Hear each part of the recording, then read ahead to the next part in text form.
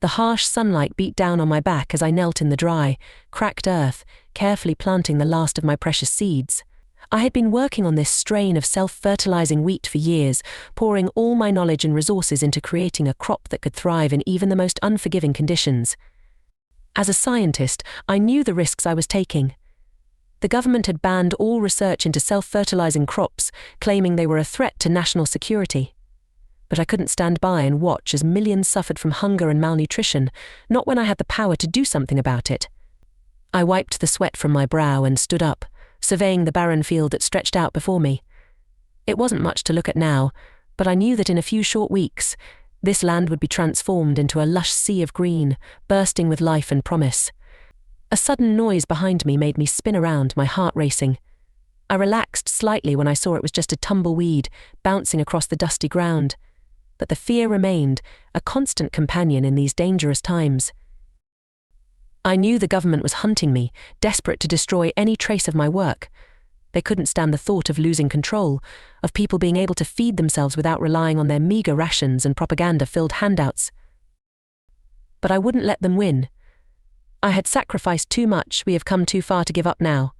My self-fertilizing wheat was more than just a scientific breakthrough, it was a symbol of hope, a chance for a better future. I gathered up my tools and set off towards the hidden laboratory I had set up in an abandoned farmhouse on the outskirts of the city. There, I would continue my work, refining and perfecting the strain until it was ready to be shared with the world. As I walked, I couldn't help but think of my brother Liam. He was a brilliant scientist, just like me, but he had chosen a different path. He worked for the government, using his knowledge to create weapons and tools of oppression. I hoped that someday he would see the error of his ways and join me in my fight for freedom and justice. But for now I was on my own, a lone rebel in a world that had forgotten the true meaning of science and progress.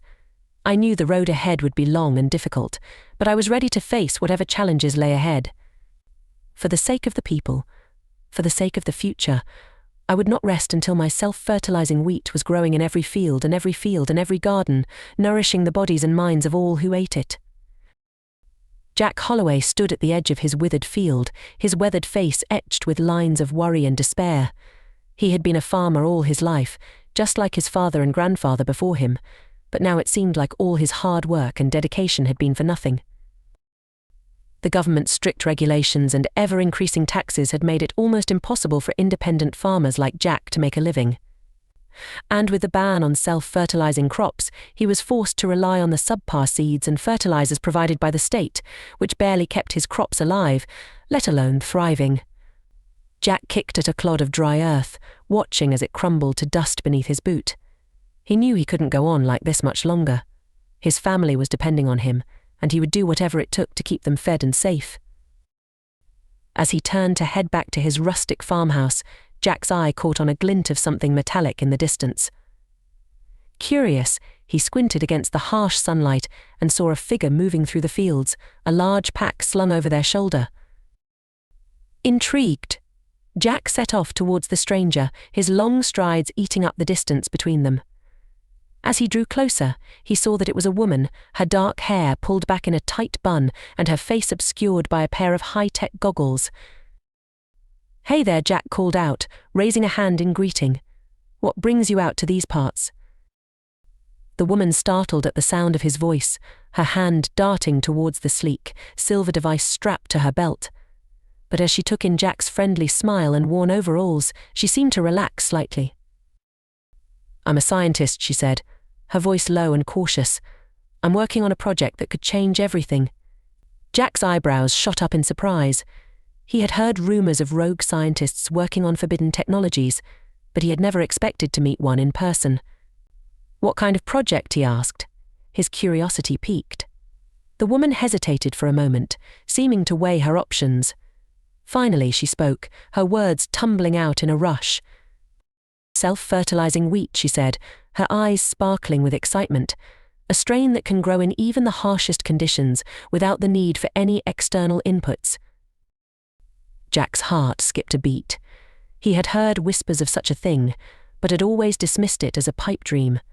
But now, standing in front of this woman, he felt a flicker of hope rising in his chest.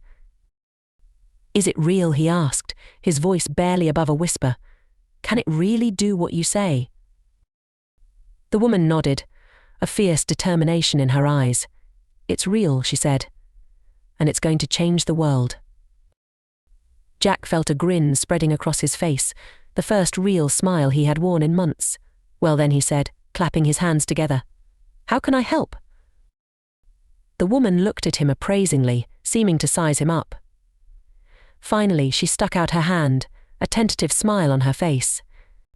I'm Dr. Eliza Novak, she said, and I think we might just be able to help each other. Jack took her hand, feeling the calluses and scars that mirrored his own, and as they shook, he couldn't help but feel that this was the beginning of something big, something that would change the course of history itself. As Eliza and I walked back to my farmhouse, I couldn't help but feel a sense of excitement bubbling up inside me. The idea of a self-fertilizing crop that could grow in even the harshest conditions seemed almost too good to be true, but something about Eliza's conviction made me believe it was possible. So how does it work, I asked, my curiosity getting the better of me. I mean, I've heard of self-fertilizing plants before, like soybeans and other legumes that can fix nitrogen from the air. But wheat? That's a whole different story. Eliza nodded, a glint of pride in her eye. You're right, it is different, but the principles are similar. I've engineered this strain of wheat to have special microbes living in its roots, which can convert atmospheric nitrogen into a form the plant can use. It's like having a tiny fertilizer factory right inside the plant itself. I whistled in appreciation, impressed by the sheer ingenuity of it all. And you said it can grow in harsh conditions. Like, how harsh are we talking here? Think deserts, tundras, even areas contaminated by industrial waste, Eliza replied. This wheat is tough. It's got genes from other plants that can survive in extreme environments, like cacti and Arctic mosses. Plus, it's got built-in resistance to pests and diseases, so it doesn't need any chemical sprays or treatments. I shook my head in amazement, trying to wrap my mind around the implications of what Eliza was saying. A crop that could grow anywhere, without any external inputs. It was like something out of a science fiction novel. But how do you control it, I asked, a sudden thought occurring to me. I mean, if this wheat can grow anywhere, what's to stop it from spreading out of control? Like those genetically engineered Terminator seeds that Monsanto was working on in the early 2000s. Eliza's face darkened at the mention of Monsanto, and I could tell it was a sore subject. Those Terminator seeds were an abomination, she spat, designed to force farmers to buy new seeds every year, instead of being able to save and replant their own. My wheat is different. It's got a built-in off switch that prevents it from reproducing unless it's activated by a special signal. That way, we can control its spread and make sure it doesn't end up in the wrong hands. I nodded slowly, impressed by the level of thought and care that had gone into Eliza's work. It was clear that she wasn't just some mad scientist playing with fire, but a true visionary who wanted to use her skills to help people. As we arrived at my farmhouse, I couldn't help but feel a sense of hope and excitement for the future. With Eliza's self-fertilizing wheat, we could finally break free from the shackles of the government's control and start building a better world for ourselves. But even as I smiled and welcomed Eliza inside, I couldn't shake the feeling that we were being watched. Somewhere out there, I knew the government was still searching for any sign of rebellion, any hint of the forbidden technologies they so feared. We would have to be careful, I realized, if we wanted to see this dream become a reality. But with Eliza by my side, I knew we could face whatever challenges lay ahead. Together, we would sow the seeds of a brighter tomorrow and watch as they grew into a bountiful harvest of hope and freedom. Agent Damian Reeves sat in his sleek, black car, his eyes fixed on the farmhouse in the distance. He had been tracking Dr. Eliza Novak for weeks, ever since she had disappeared from her government lab with a stolen sample of her self-fertilizing wheat. Reeves knew that he couldn't afford to let Novak slip through his fingers. The government had made it clear that her research posed a serious threat to their control over the agriculture sector, and they would stop at nothing to see it destroyed. He reached for his communicator, a small device implanted behind his ear that allowed him to stay in constant contact with his superiors. Target located, he murmured, his voice low and steady. Requesting permission to engage. There was a crackle of static, followed by a voice that was cold and authoritative. "Permission granted, Agent Reeves. You are cleared to use any means necessary to retrieve the sample and neutralize the target." Reeves nodded, a grim smile playing across his lips. "Understood," he replied, before cutting the connection and stepping out of the car. He approached the farmhouse cautiously, his hand resting on the butt of his pistol. He knew that Novak was a formidable opponent, with a brilliant mind and a stubborn streak a mile wide.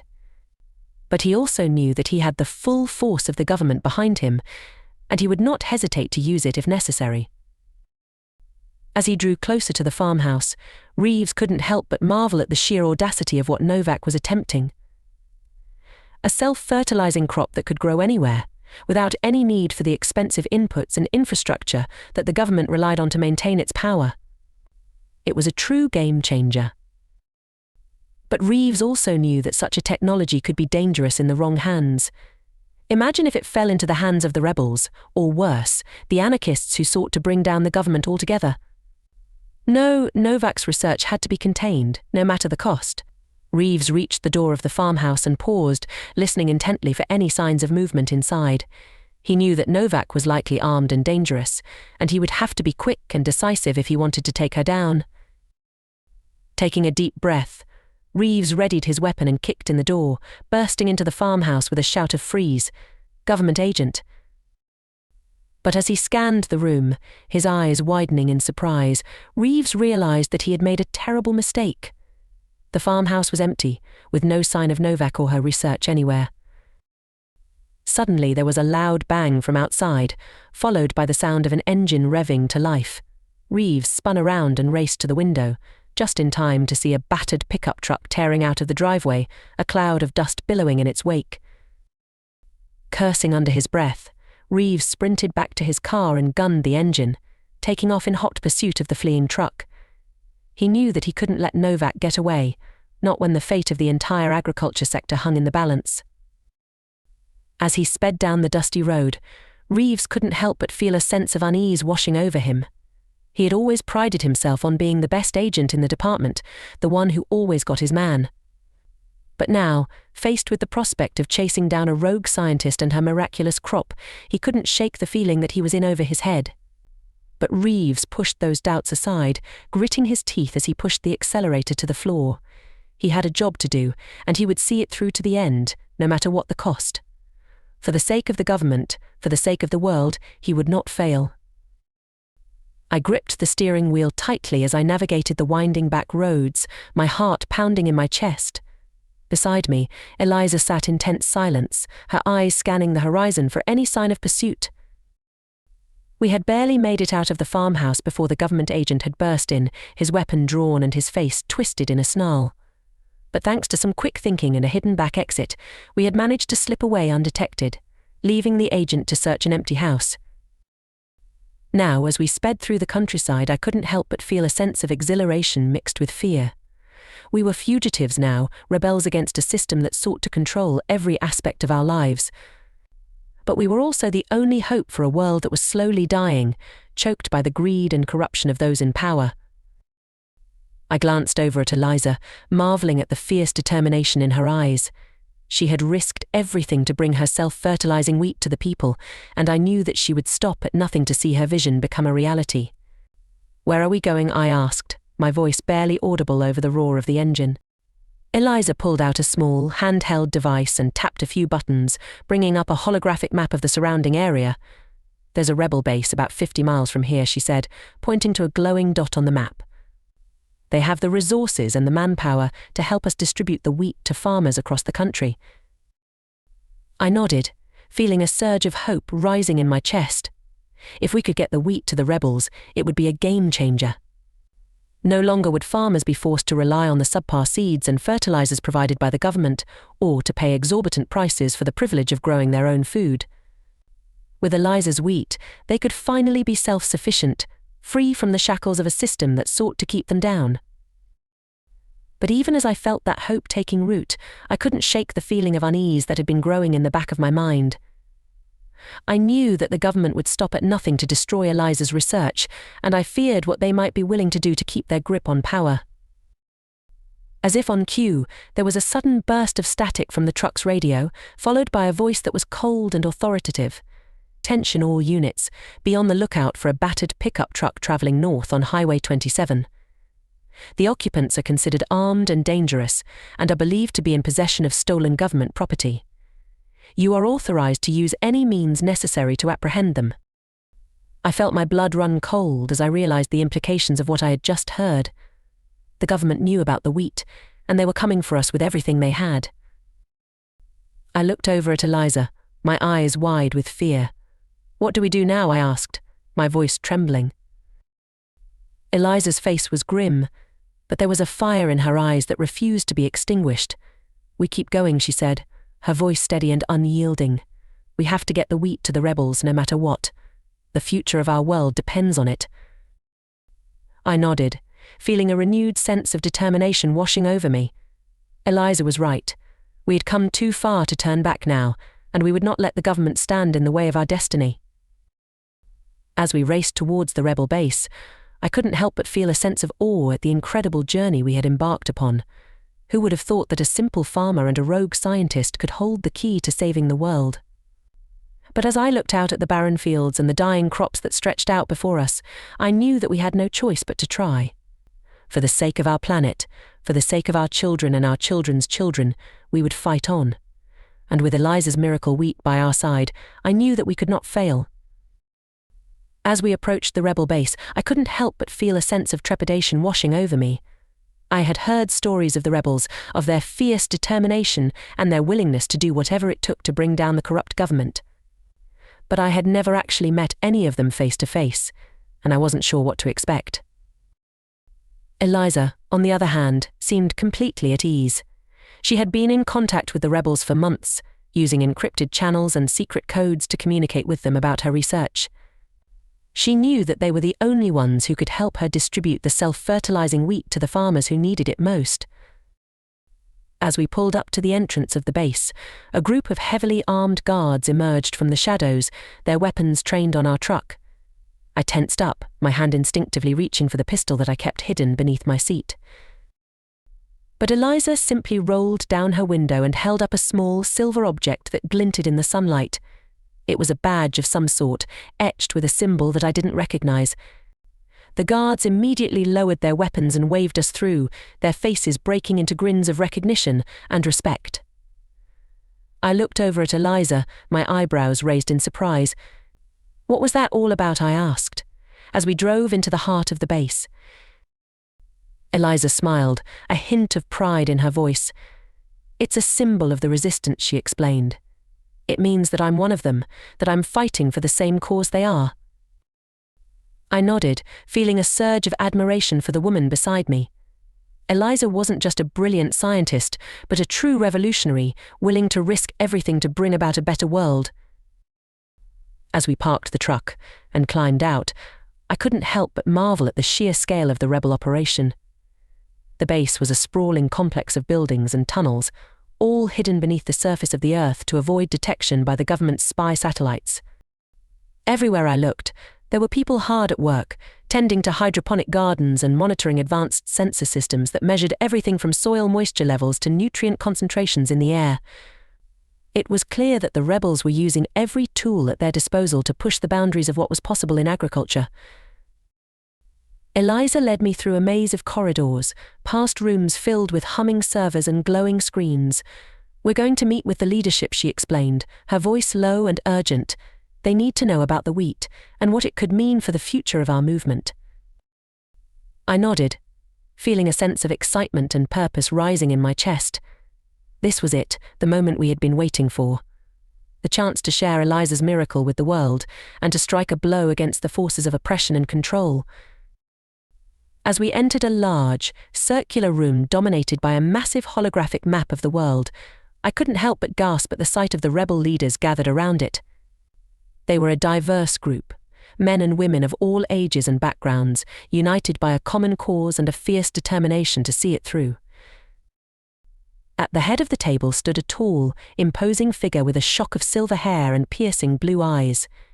He turned to face us as we entered, his expression serious and appraising. "Doctor," Novak, he said, his voice deep and resonant. I've been expecting you. And who is this you've brought with you?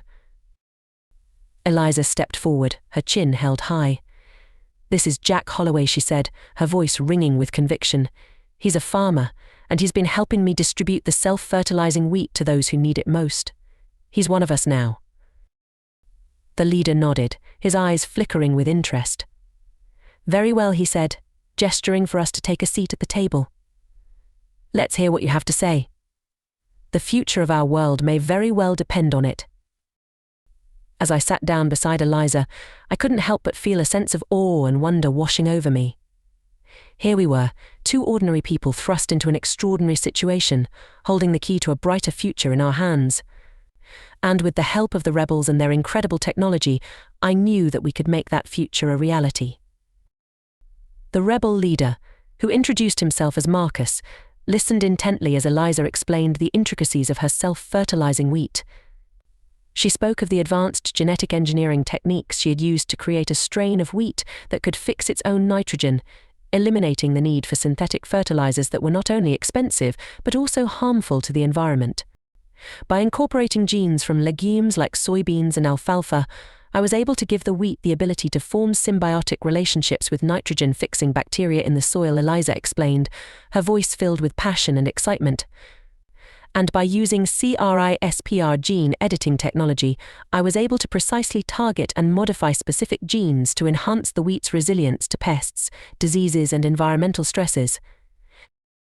Marcus nodded, his eyes widening with each new revelation. This is incredible, he murmured, his voice filled with awe. With this technology, we could revolutionize agriculture as we know it. No more dependence on chemical fertilizers, no more soil degradation and water pollution. It's a game changer. Eliza smiled, her eyes shining with pride. Exactly. And that's why the government is so desperate to stop us. They know that if this technology gets out, it could upend their entire system of control and exploitation. I couldn't help but chime in, my own excitement building. And it's not just the self-fertilizing aspect that's revolutionary, I added, my mind racing with possibilities. With the advancements in precision agriculture and smart farming technologies, we could use this wheat to create a whole new model of sustainable agriculture. Marcus leaned forward, his interest piqued. What do you mean, he asked, his eyes narrowing with curiosity. Well, imagine if we could use drones equipped with hyperspectral cameras to monitor the health of the wheat in real time, I explained, my hands gesturing wildly. We could detect nutrient deficiencies, water stress, and pest infestations before they even become visible to the naked eye. And with machine learning algorithms and big data analytics, we could optimize every aspect of the growing process, from planting to harvesting to storage. Eliza nodded, her own mind whirring with possibilities, and with blockchain technology, we could create a transparent and tamper-proof system for tracking the wheat from farm to table, she added, her voice filled with excitement. Consumers could know exactly where their food came from, and farmers could get fair prices for their crops without intermediaries taking a cut. Marcus leaned back in his chair, his expression thoughtful. It's a beautiful vision, he said, his voice filled with admiration. But how do we make it a reality? The government won't give up their control without a fight, and they have vast resources at their disposal. Eliza's face hardened with determination. We fight back, she said, her voice ringing with conviction. We use every tool at our disposal, from underground networks to guerrilla tactics to cyber warfare. We build alliances with other rebel groups and sympathetic nations around the world. And most importantly, we never give up, no matter how hard they try to stop us. I felt a shiver run down my spine at Eliza's words, a sense of purpose and destiny welling up inside me. This was bigger than just a scientific breakthrough or a technological innovation. This was a fight for the very soul of our world, a battle against the forces of greed and oppression that sought to keep us all in chains. And as I looked around the room at the faces of the rebel leaders, each one filled with the same fire and determination that burned in Eliza's eyes, I knew that we could not fail. We would rise up, we would fight back, and we would create a new world from the ashes of the old. For the sake of our planet, for the sake of our children and our children's children, we would not rest until the seeds of revolution had taken root in every corner of the earth. And with Eliza's miracle wheat leading the way, I knew that a brighter future was within our grasp, if only we had the courage to reach for it. As the meeting with the rebel leaders came to a close, Eliza and I were filled with a renewed sense of purpose and determination. We knew that the road ahead would be long and difficult, but we were ready to face whatever challenges lay ahead. Our first order of business was to begin distributing the self-fertilizing wheat to farmers across the country. It was a daunting task, but with the help of the rebels and their vast network of underground operatives, we knew that we could make it happen. We started small, reaching out to a handful of trusted farmers who had been struggling under the government's oppressive policies for years. They were hesitant at first, wary of anything that could bring the wrath of the authorities down upon their heads. But when they saw the incredible results that Eliza's wheat could produce, their skepticism quickly turned to wonder and excitement. The word began to spread like wildfire, as farmers shared their stories of bountiful harvests and thriving crops with their neighbors and friends. Soon we were receiving requests for the wheat from all corners of the country, as more and more people began to see the incredible potential of this revolutionary technology. But even as we celebrated our successes, we knew that the government would not sit idly by while we undermined their control over the agriculture sector. They began to crack down hard on anyone suspected of using or distributing the self-fertilizing wheat, raiding farms and arresting anyone caught with even a single seed.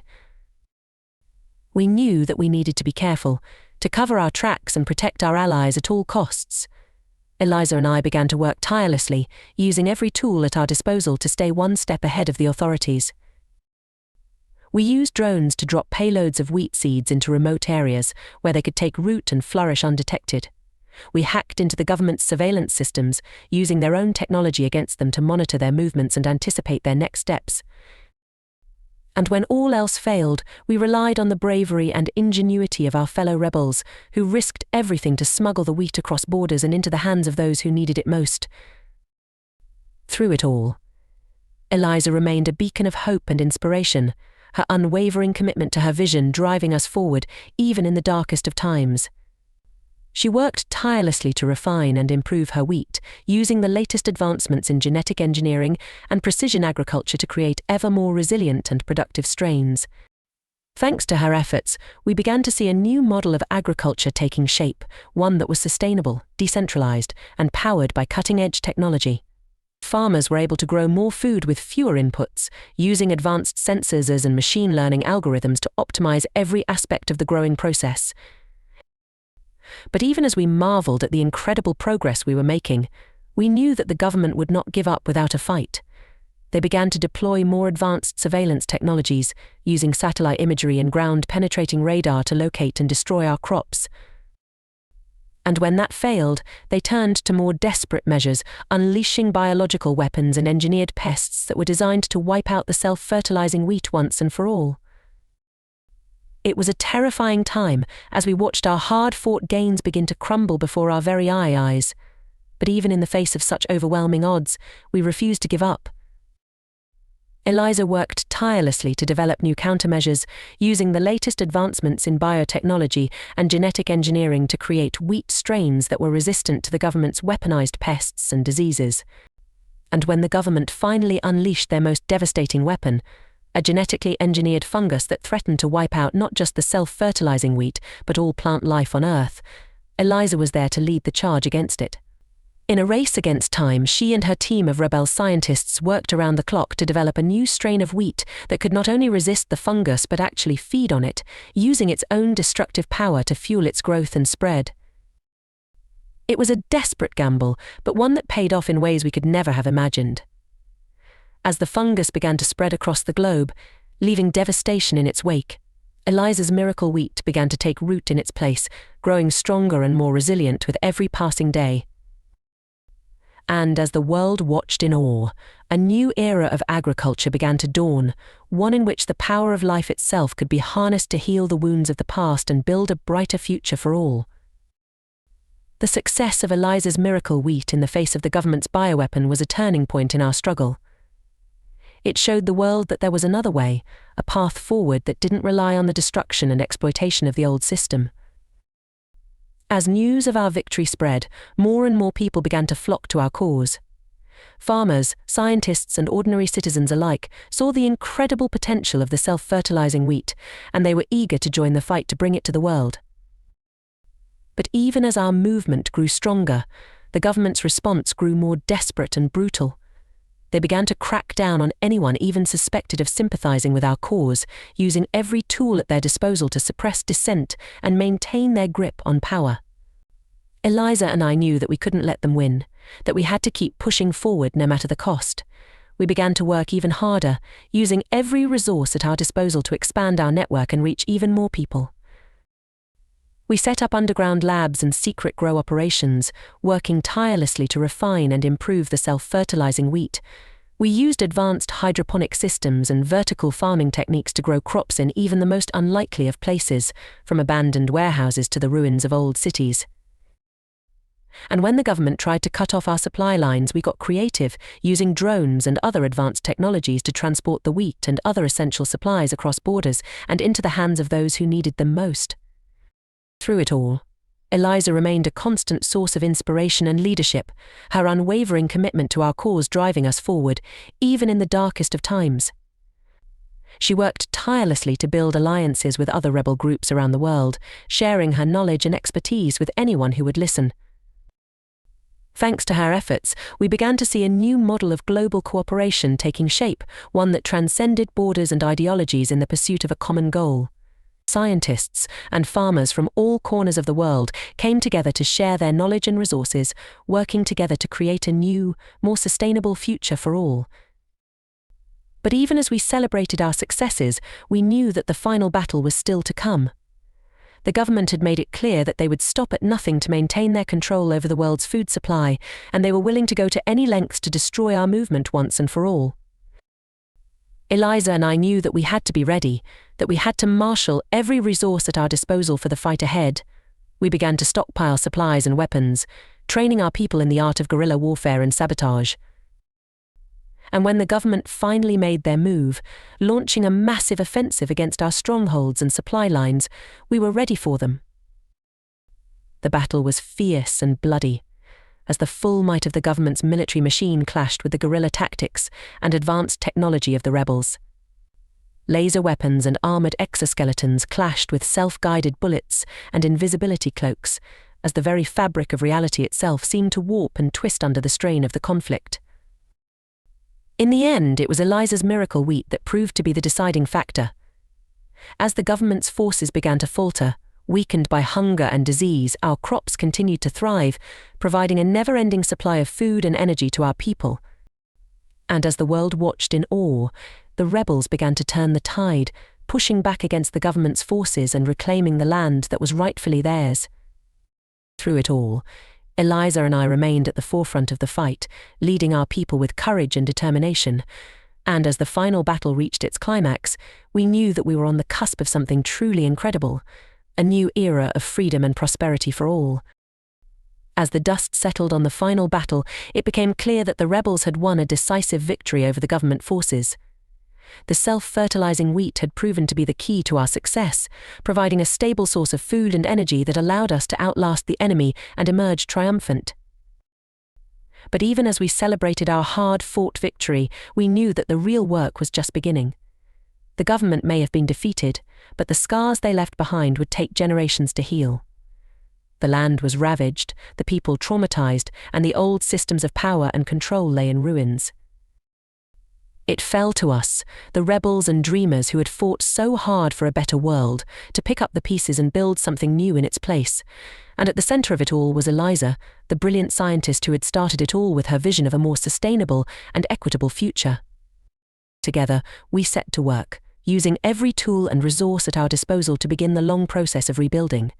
We used advanced satellite imaging and drone technology to map out the damage and identify areas in need of the most urgent attention. We deployed teams of engineers and scientists to develop new, more efficient ways of growing and distributing food, using a combination of traditional farming methods and cutting-edge technology. Vertical farms and rooftop gardens began to spring up in cities across the country, providing fresh, healthy produce to people who had never had access to it before. And at the heart of it all was the self-fertilizing wheat, the miracle crop that had made it all possible. Eliza and her team worked tirelessly to improve and refine the technology, incorporating new breakthroughs in genetic engineering and precision agriculture to create even more resilient and productive strains. One of the most exciting developments was the use of CRISPR gene editing to create wheat varieties that could fix their own nitrogen, eliminating the need for synthetic fertilizers entirely. This not only reduced the environmental impact of farming, but also made it possible for farmers in even the most remote and impoverished regions to grow healthy, abundant crops with minimal inputs. Another game changer was the incorporation of advanced sensor technology into the wheat itself. By embedding tiny biodegradable sensors into the leaves and stems of the plants, farmers could monitor the health and growth of their crops in real time, using machine learning algorithms to optimize irrigation, fertilization, and pest control. These sensors could even communicate with each other through a decentralized network, allowing the plants to share information and resources with their neighbors. This kind of swarm intelligence made the self-fertilizing wheat even more resilient and adaptable, able to thrive in even the most challenging conditions. As these technologies began to spread and take root, we saw a new model of agriculture emerging, one that was more sustainable, equitable, and decentralized than anything that had come before. Small-scale farmers and urban gardeners alike were empowered to grow their own food, free from the constraints of the old system. But even as we marveled at the incredible progress we had made, we knew that there was still so much work to be done. The scars of the past ran deep, and there were still those who clung to the old ways, who feared the change and uncertainty that came with this new world. Eliza and I knew that we had to keep pushing forward to build a movement that was even bigger and stronger than before. We began to reach out to other rebel groups and like-minded organizations around the world, sharing our knowledge and resources in the hopes of creating a truly global network of resistance and renewal. Through it all, we remained committed to the vision that had brought us together in the first place, the belief that a better world was possible, that we could create a future in which every person had access to the food, water, and resources they needed to thrive. And as we looked out over the fields of self-fertilizing wheat that stretched out before us, golden and shimmering in the sunlight, we knew that we were on the right path. There would be obstacles and challenges ahead, but we had the tools and the determination to overcome them. For we were the rebels and the dreamers, the ones who had dared to imagine a different way of living. And with the power of Eliza's miracle wheat at our backs, we knew that nothing could stop us from building the world we knew was possible. As the years passed, the self-fertilizing wheat continued to transform the world in ways we could never have imagined. It became the foundation for a new kind of society, one that was more resilient, equitable, and connected than anything that had come before. One of the most remarkable developments was the way in which the wheat began to evolve and adapt to different environments and conditions. Thanks to the advanced genetic engineering techniques that Eliza and her team had pioneered, the wheat was able to rapidly develop new traits and characteristics that allowed it to thrive in even the most challenging circumstances. In the arid deserts of the Middle East, for example, the wheat developed deep, water-seeking roots that could tap into underground aquifers and survive on minimal rainfall. In the frigid tundras of the far north, it evolved a special kind of antifreeze protein that allowed it to withstand temperatures far below freezing. And in the toxic, polluted soils of old industrial sites, the wheat developed special enzymes that could break down and neutralize heavy metals and other contaminants, actually helping to restore the land to a state of health and fertility. These incredible adaptations were made possible by the wheat's ability to engage in a kind of horizontal gene transfer, exchanging genetic information with other species and even other kingdoms of life. It was a process that had once been confined to the realm of science fiction, but was now a reality thanks to the incredible advances in biotechnology that Eliza and her team had made. But perhaps the most incredible development of all was the way in which the self-fertilizing wheat began to transform human society itself. As the old systems of scarcity and competition gave way to a new era of abundance and cooperation, people began to see themselves in a different light. No longer were they defined by their place in a hierarchy of power and privilege, but rather by their ability to contribute to the greater good. The old divisions of race, class, and nationality began to fade away, replaced by a new sense of global citizenship and shared purpose. Central to this transformation was the rise of a new kind of economy, one that was based on the principles of regeneration and sustainability rather than extraction and exploitation. And the self-fertilizing wheat was the perfect embodiment of this new paradigm, a crop that gave back to the soil and the ecosystem rather than depleting it.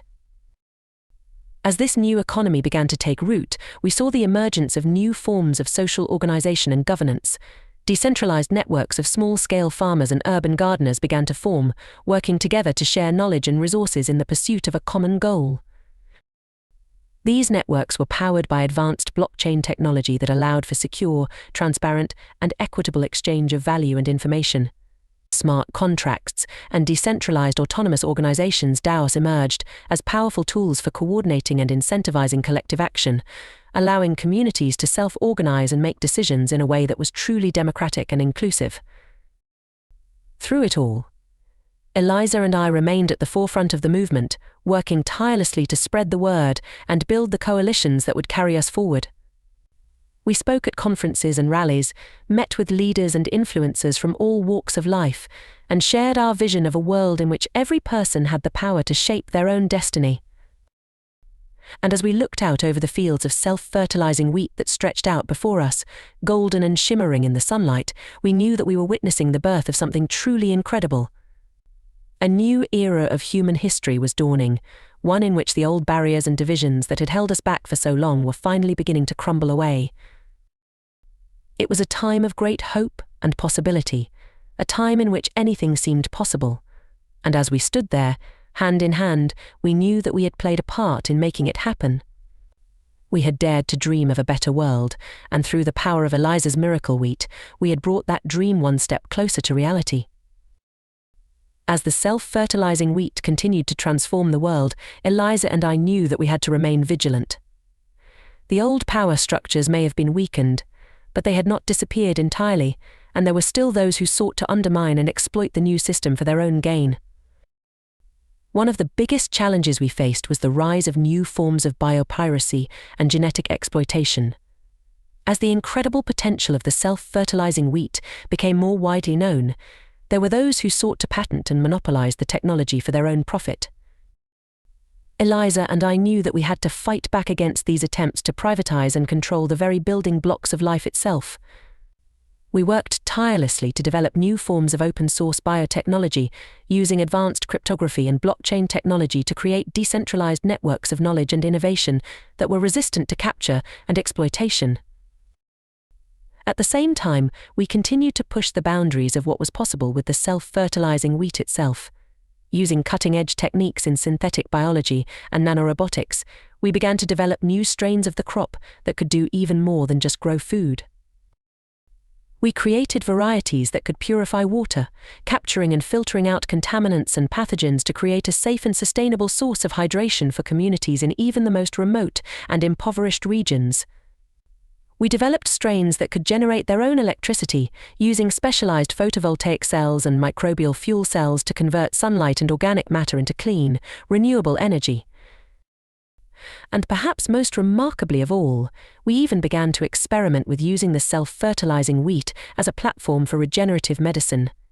By incorporating specialized genetic circuits and molecular machines into the crop, we were able to create a kind of living pharmacy that could produce custom-tailored medicines and vaccines on demand, using the plant's own metabolism to synthesize complex biomolecules and deliver them directly to the body. These incredible breakthroughs were only possible because of the collaborative, open-source approach that Eliza and I had pioneered from the very beginning. By working together and sharing knowledge freely, we were able to harness the collective intelligence and creativity of a global network of scientists, farmers, and activists, all working towards a common goal. But even as we celebrated these incredible achievements, we knew that the struggle was far from over. The old power structures may have been weakened, but they were not defeated, and there were still those who sought to turn back the clock and return to a world of scarcity, exploitation, and control. Eliza and I knew that we had to keep fighting to build a movement that was even bigger and stronger than before. We began to reach out to other communities and cultures around the world, learning from their traditional knowledge and practices and incorporating them into our own work. We traveled to the remote villages of the Amazon rainforest, where indigenous tribes had been using sophisticated agroforestry techniques for generations to grow food and medicine in harmony with the natural world. We visited the bustling cities of Asia and Africa, where urban farmers were using vertical gardens and rooftop farms to create green oases in the midst of the concrete jungle. And everywhere we went, we found people who shared our vision of a world in which every person had the power to shape their own destiny, free from the constraints of the old systems of power and control. Together, we began to weave a tapestry of resistance and renewal that stretched across the globe, united by a common thread of hope and determination. Through it all, the self-fertilizing wheat remained at the heart of our work, a symbol of the incredible potential that lay within each and every one of us. And as we looked out over the fields of golden grain that stretched out before us, we knew that we were not just growing food, but planting the seeds of a better tomorrow. Years turned into decades, and the world continued to change in ways that few could have ever imagined. The self-fertilizing wheat had become more than just a crop, it had become a catalyst for a profound shift in the way that human beings saw themselves and their place in the world. As the technology continued to evolve and spread, we began to see the emergence of entirely new forms of social and economic organization. The old nation-states and corporations that had once dominated the globe began to give way to a new kind of global network, one that was decentralized, transparent, and accountable to the people it served. At the heart of this network was a new kind of currency, one that was not based on scarcity and debt, but on abundance and trust. Using advanced blockchain technology and artificial intelligence, we created a system of regenerative finance that rewarded people for contributing to the greater good, whether through their labor, their knowledge, or their creativity. This new system of value allowed us to move beyond the old paradigms of capitalism and socialism, creating a world in which every person had access to the resources and opportunities they needed to thrive. It was a world in which the very concept of poverty had become obsolete, replaced by a new understanding of shared prosperity and mutual aid. But perhaps the most profound change of all was the way in which the self-fertilizing wheat had transformed our relationship with the natural world. As we began to see ourselves as part of a larger web of life, we started to understand that our own well-being was inextricably linked to the health and vitality of the ecosystems that sustained us. We began to develop new forms of agriculture and land management that worked in harmony with natural systems, using the self-fertilizing wheat as a model for how to create abundant, resilient landscapes that could support both human and non-human life. We restored degraded soils, reforested denuded hillsides, and created vast networks of green corridors that allowed wildlife to thrive and migrate freely. As we healed the land, we also began to heal the deep wounds that had divided us for so long. The old prejudices and hatreds that had once seemed so intractable began to dissolve in the face of a new sense of shared humanity and common purpose. We began to see diversity as a source of strength and creativity, rather than a threat to be feared or suppressed. Eliza and I watched all of this unfold with a sense of awe and gratitude. We had always known that the self-fertilizing wheat was more than just a technological breakthrough. It was a symbol of hope, a reminder that another world was possible if we had the courage and the vision to create it. And as we looked back on the long journey that had brought us to this moment, we knew that we had been part of something truly extraordinary. We had not just changed the course of history, we had helped to birth a new era of human civilization, one that was grounded in the values of compassion, creativity, and regeneration. There were still challenges ahead, of course. The old systems of power and control had not disappeared entirely, and there were still those who sought to undermine and exploit the new order for their own gain. But we knew that we had the tools and the wisdom to meet those challenges head-on, armed with the power of the self-fertilizing wheat and the love and solidarity of a global community. And so, as the sun began to set on another day in this brave new world, Eliza and I sat together in the fields of golden wheat that stretched out before us, marveling at the incredible journey that had brought us to this moment. We knew that there would be more struggles and setbacks ahead, but we also knew that we had the strength and the vision to keep moving forward, guided by the light of a better tomorrow. As the years turned into centuries, the world continued to evolve in ways that even Eliza and I could never have predicted. The self-fertilizing wheat had become more than just a crop, it had become a symbol of a new way of living, a testament to the incredible power of human ingenuity and the resilience of the natural world. One of the most remarkable developments was the way in which the wheat had begun to evolve and adapt on its own, guided by the very same principles of regeneration and resilience that had driven our work from the beginning. Using advanced techniques in machine learning and evolutionary algorithms, we had created strains of wheat that could not only survive, but thrive in the face of even the most extreme conditions. In the scorching deserts of the Sahara, for example, the wheat had developed specialized reflective leaves that could bounce the sun's rays back into the atmosphere, cooling the surrounding air and creating microclimates that allowed other plants and animals to flourish. In the storm-battered coastal regions of Southeast Asia, the wheat had evolved complex root systems that could anchor the soil and absorb the impact of rising tides and surging waves. And in the frozen tundra of the Arctic, the wheat had even begun to develop a kind of rudimentary consciousness, communicating with other plants and fungi through a vast underground network of mycelial fibers. This wood wide web, as it came to be known, allowed the wheat to share nutrients and information with its neighbors, creating a kind of collective intelligence that could respond and adapt to changing conditions in real time.